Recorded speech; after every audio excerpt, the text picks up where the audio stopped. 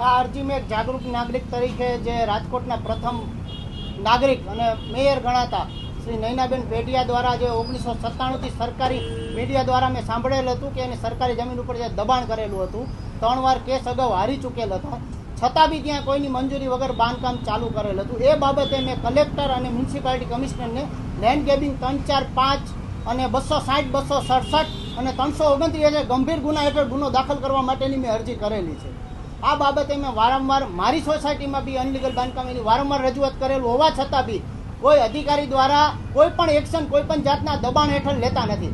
જ્યારે અમારી સોસાયટીમાં ધારાસભ્યો દ્વારા લેટર પણ લખાઈ છે ભલામણના, તો મારું કહેવાનું એમ છે કે જંગલેશ્વરમાં આ ધારાસભ્યો ક્યાં ગયા હતા જ્યારે તમે ગરીબ માણસોના ઝોપડા ઉડાડો છો, જે વેરા ભરતા હતા, 15 વર્ષથી રહેતા હતા, એ માણસનું જીવન જોઈ આવો કે કઈ રીતે એ જીવે છે, છતાં બી એના તમે જો ડિમોલેશન કરતા હોય તો આ બાગડ બિલ્લા અમીરોના નક્ષત્ર છે, આ છે, કેમ તમે કોઈ કાંઈ ઉખાડી નથી શકતા? શું કામ તમે બોલી નથી શકતા? ત્યાં કેમ તમે ત્યાં દબાણમાં છો?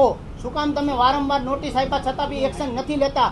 તો આ ઉપર અધિકારી ઉપર BNSની કલમ 198 મુજબ બી ગુનો દાખલ થાય, કારણ કે વારંવાર અરજી આપવા છતાંય અને વારંવાર નોટિસ આપવા છતાંય બી જો કાર્યવાહી ન કરે અને રાજકીય દબાણથી ફાઇલો દબાવી રાખે તો એ બી શિક્ષાપાત્ર ગુનો છે.